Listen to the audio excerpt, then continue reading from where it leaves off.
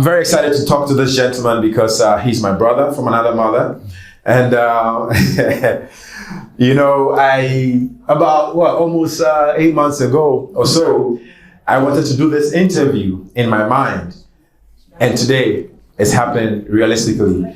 He's a filmmaker, producer, actor, someone who's very passionate about collaborations and moving the industry forward. Ladies and gentlemen, please, with a big round of applause, help me welcome my man, Adam Morse.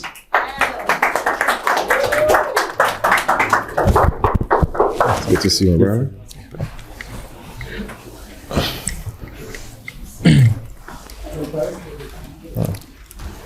Thank you. Good to see you, my brother. You too, my man. You too. Always. And we're doing this right here in Cannes. There's no better place to do it. Absolutely, absolutely. So let me let you do this. You know, I love your productions. I love what you do as a creative. But let's introduce you to this audience through your own from yourself. Sure. Hi everyone. Yeah, I'm a filmmaker, actor, entrepreneur, and I'm very passionate about entertaining people, but also about educating people. I've been using this new phrase recently about burying the broccoli in the pizza. You know, so you're giving people informative, positive messaging through genre, tropey, formulaic stuff, which on the surface might just seem like an escape, but subliminally you are making a point, whether it's socially, politically, culturally, with the intention of having an impact. Mm-hmm. And it was really interesting listening to Amy speak just then about Think Impact Film. I think a lot of the work that they're doing, it aligns perfectly with my own ambitions as a storyteller. And actually, we've just partnered with Think Impact Film, our new company, Outlier Entertainment, which was recently launched. There's a lot of work that we're going to be doing together, actually. That's awesome. With Think Impact Film. That's awesome. So, for me, it's always been about entertaining people, telling stories, but the more I do this and the longer I do this, the more desire I have to try and make a change with the stories that we tell. And I think that there's definitely, more of an appetite for people to do the same thing across the board. Filmmakers everywhere want to, absolutely, try and change, the world. Right. Little by little, any way we can. Yeah. Absolutely. Thank you. And I'm happy that you are here. And then you are someone who's already having the partnership with Think Impact. I just love the transition. It means that whatever is happening here at AfroCannes is leading to something very profitable for all of us. So, I love your movie, Lucid. I had watched the movie before I even met you. I had no idea. But then it was quite interesting. Tell us more about your productions and how you were using that, to make a positive change. Yeah, so for me, Lucid was just about getting my first film made and trying to give myself, my first platform as a filmmaker to announce myself as a film director. And I wanted to make something outside the box and different that didn't fit neatly into one specific genre, which is a sales nightmare. I learned that the hard way, but I regret nothing because I'm proud of the film and how it turned out. And I like I said, I wanted to make something that was outside the box, and I wanted to make something that had a commentary on mental health. And coincidentally, I had my own strange experience making the movie, which had a massive impact on my own mental health, because I made the film without anybody knowing about my condition. The fact that I'm legally blind, that was a secret. Okay. So for those of you who don't know, I'm registered blind. And obviously there's not that many blind film directors out there. And I, made the decision to stay in the closet and not tell anybody about my condition during the making of my first movie, Lucid. And it was only after I delivered the film and about a week before the premiere that I came out and started speaking openly in the press about my condition and the real reasons behind why I was inspired to tell the story. It's not a movie about blindness in any way, but the story behind the film, obviously about me, was about overcoming a quote unquote disability, feeling marginalized and being on the outside, which I was. I'd been discriminated against for years. Leading up to that, trying to get the film off the ground, it was difficult because we live in a very prejudiced world still. Unfortunately, that's just the reality. Right. I think a lot of us are victims of prejudice. Exactly. And I had to be a victim of it myself so many times until the point where I said, well, if I'm capable of hiding my condition, then let me do that, because and that made all the difference, because when it stopped coming up in conversation and pitch meetings, that was when I got the green light.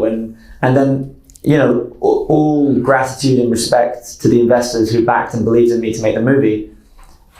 The honesty was in the first conversation I had with one of the EPs who believed, and this is the thing, he believed in me as an artist, he believed in my vision for the film, and that's all that mattered really at that point, because he was interested on, yes, of course, a commercial opportunity, but also from a creative point of view, what I was setting out to achieve. And when I told him in confidence just before it came out in the press, he said, it's a good thing you're telling me now, because if you told me this when you pitched the movie, I wouldn't have backed you. Wow. And it's very honest of him to admit that, but I get it, because there's not many, well, in fact, there was zero. There were no reference points for me to say, hey, it's okay, look, well, what about this guy, so-and-so, this person, or that? I couldn't point to any other blind filmmakers out there who would, accomplished and done it at the level.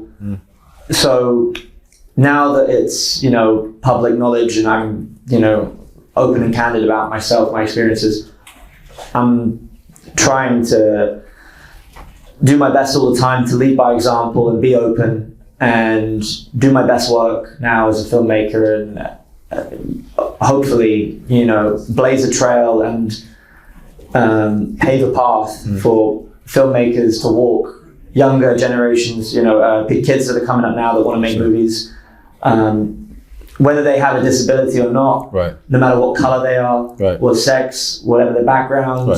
For me, I think that's what we all need to try and do, is create an equal opportunistic world for everybody, which is based on talent alone, only talent, so only judged on talent. And skills. Talent, skills, everything that, gives you the end product, really, because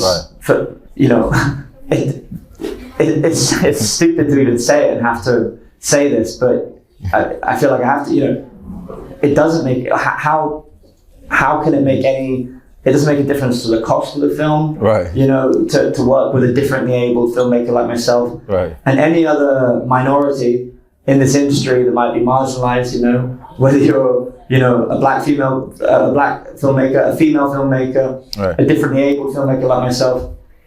There's really no, logistical negative to it whatsoever. It's only positive, because when you represent a project with more inclusion, you're more representative of the world we live in, and it's only going to allow audiences to relate and connect to the work in a more authentic and real way, because I live in London and it's a very multicultural city. People from all over the world live in London, and that's just the life that I've known growing up there. But it's not like, I think it's just, it's changed now, like whereas before you had these melting pots, like maybe, I don't know, London, New York, and these cities where everyone would come. And now it's like, no matter where you go in the world, you meet somebody from any country, it can be in anywhere in the world. it's a really Right. open playing field. The whole planet now, we're kind of moving around and migrating together as one nation here in the world. So this, Absolutely. and that's my philosophy. That's how I feel. I'm not like a super proud Brit. I mean, sometimes I am, but to be honest, I feel more like I'm a citizen of the world. I like that. Like for me, flags, borders doesn't mean anything really. Absolutely. You know what I mean? Like it doesn't matter where you're from. If you give me good energy, then you're my brother, you're my sister. We're all family on this planet. So I think that it doesn't matter where you are in the world. If you're in a major melting pot, multicultural city, even in small towns, in whatever place, you're gonna have diversity around you. You can see Absolutely. diverse backgrounds of people. So I think that having that represented in the stories that we tell now, and being conscientious of it from a development stage, before you even get to set, you're thinking about your crew hiring and your casting, reverse engineering those opportunities for people, whilst judging talent and skill, of course. Right. I think that makes a much more it's just beautiful, isn't it? But it's also like think impact films shown with the figures and the stats on box office and sales trends. All it does is boost business. Absolutely. So we just got to keep promoting that, making sure that everybody's aware of it. Absolutely. Thank you so much, Adam. It's quite important because she made a very important point when she was talking about Squid Games, because it can be, all loud and everything, but at the end of the day... Which my composer did the music for, by the way. Oh, wow. Who scored Lucid, yeah. Oh, wow. Yeah. Oh, that's interesting. Yeah. I like that. Yeah. Oh, that's interesting. All right, so I love what you've just said about yourself and then, where you come from, the experiences, what you've been through. I'm very particular about your scene from C. Is that the name of the TV show? Yeah. The original series from Apple TV? Yep. And how, especially the fighting scene, I just want to touch on this a little bit because there's a bit of an experience in there that touched you yourself, after, or was it before it was shot? I'm not sure. Because I remember your choreography. Oh yeah, of course. Oh yeah.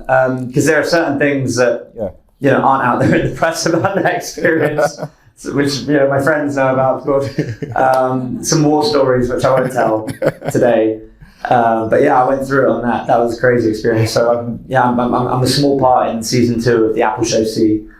I play a witch finder. They're the bad guys that are hunting down the sighted. So for those of you that don't know, the whole show is set in the future, 200 years from now, after a global pandemic breaks out. Sounds familiar, right? Yeah.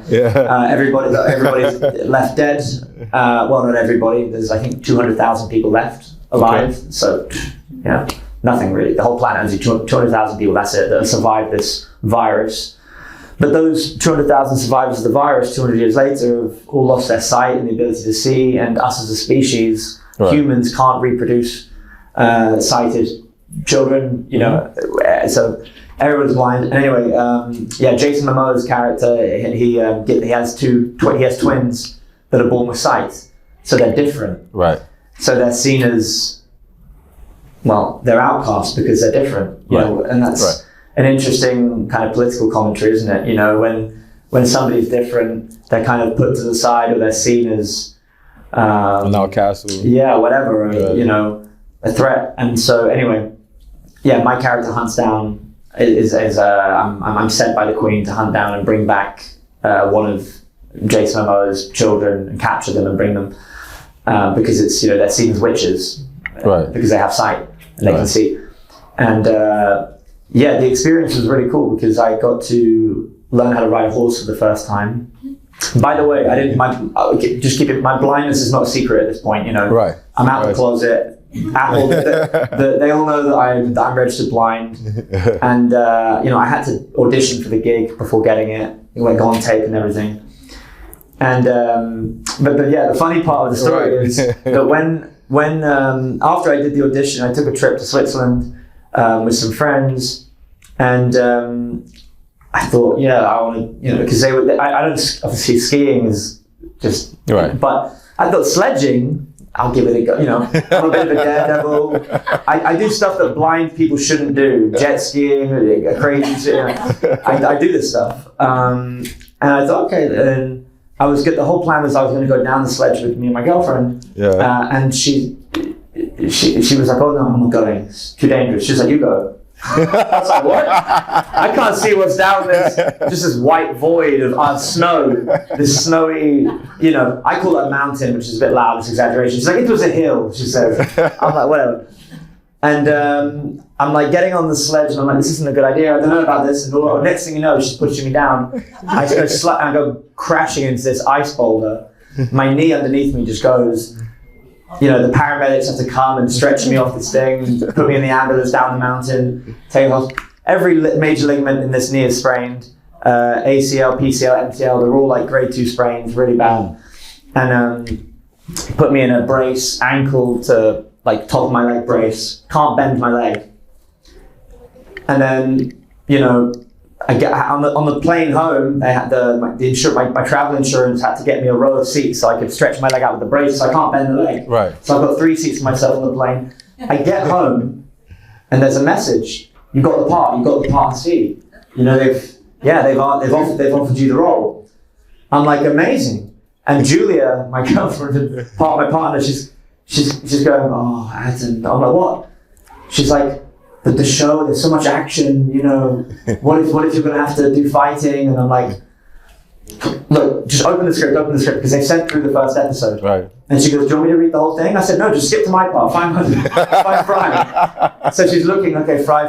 She finds the page, I'm like, what does it say? Come on. She goes, oh no, I'm like, what? First line of the series. Fry emerges on horseback. I don't know how to ride a horse, but I don't know how I'm going to get on a horse with a sprained knee. And by the way, they're like, yeah, you're flying out next week. I go to the doctors back in London, and I'm like, well, how long is? They said, yeah, 2 months minimum. 2 months. Oh, 2 months before you're going to be able to get fit and straight. I'm like, 2 months? I've got to get ready in 2 days to travel. You know what I mean? So, you know, I got they gave me what do you call it, like a medical like walking stick thing to help me. Right. But instead I went out and got a pimp stick. I thought I'd start it out. It's like had a gold hill. It was really cool. It was like a legit pimp stick. You know, cool. Yeah. So I go out there. I've got my big fur coat. I go to the production, the set, to meet the crew, and I've got my brace on underneath my jeans. And I'm trying not to limp, but the limp is there. I'm like hobbling along, and they're looking at me with my stick, and I'm trying to like start it out. And they're like, "You okay, Adam?" I was like, "Yeah." They're like, "Why are you walking that way?" And in my head, I'm gonna tell them, "I'm method. I'm in character. I'm playing a warrior. So this is part of my character. He's been in some battles, and he's got a limp, and I'm just a method actor going around." No, I had to tell them I didn't tell them the complete truth. I said I was a football injury. Right. I didn't want to tell them, my partner tried to murder me on a mountain, just to protect her reputation in case. Yeah. But anyway, so I learned how to horse ride, took a bunch of painkillers, and somehow pushed through the pain, you know, on this horse barely being able to bend my leg. And then worked on the choreography and all the stunt team, working with amazing, the best in the business actually. These guys, the fight choreographers who worked on the John Wick movies and Matrix, all this stuff. And so they're doing these routines in me. And it was funny actually. The lead choreographer was like, he was really confused. He came up to me after we were doing a rehearsal, and he was, Adam, because they told me that you can't see, but I don't understand. Like, you're doing all the fighting and you're catching the punch. You're fighting. Can you really not see? I don't understand. I'm like, well, yeah, it's not a joke. Like, when I got to doing it on the day, it was amazing because they were really trying to say, look, this is your double. Let him. And I said, no. I said, I want to do my own stunts. Absolutely. Because it's the only way that I'm gonna end the stigmatism around disability. Because that's my mission in life now. It's not just to entertain people, it's to destroy the stigmatism and the stigma that surrounds disabled people, to show that we can do so much more than people expect. And if I personally can surprise everybody with what I'm capable of, then that'll hopefully give more opportunities for blind, visually impaired, sight impaired, whatever, you know, or anybody with any kind of, you know, impairment, you know, that makes them differently able, so that they can be given the chance to show what they can do too. And yeah, that's what made the experience so cool, was being able to. Oh, I think I left that. We just got the papers, left it at home, but it's funny because a friend of mine actually, I just saw him an hour ago. He came from New York and he kept a copy for me because I was in the New York Post. They did this article on me, and he just gave it today because he lives in New York and I didn't get to get a copy. But it's they had like a whole page of me, and it was like how this blind actor became an action star. It was quite a sensational headline because I'm only in a few scenes, so action star's a bit loud, but whatever. I'll take it though. It's a good headline. I think that is a round of applause, you know. Thank you.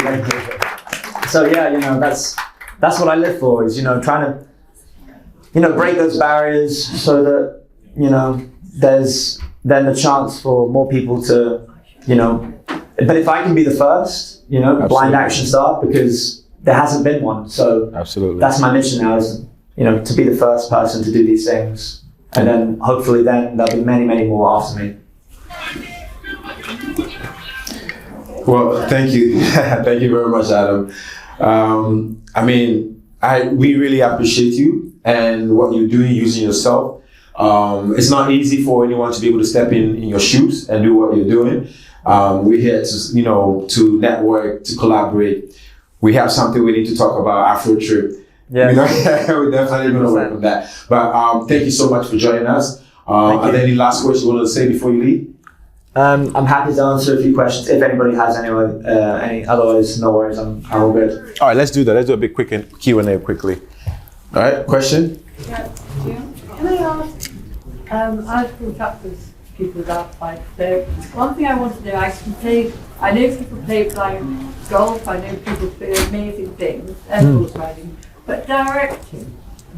I see you're a director. How were you able to see? Was it, you know, direct the person and know that they were doing it the way you wanted, directly, you know, doing it properly?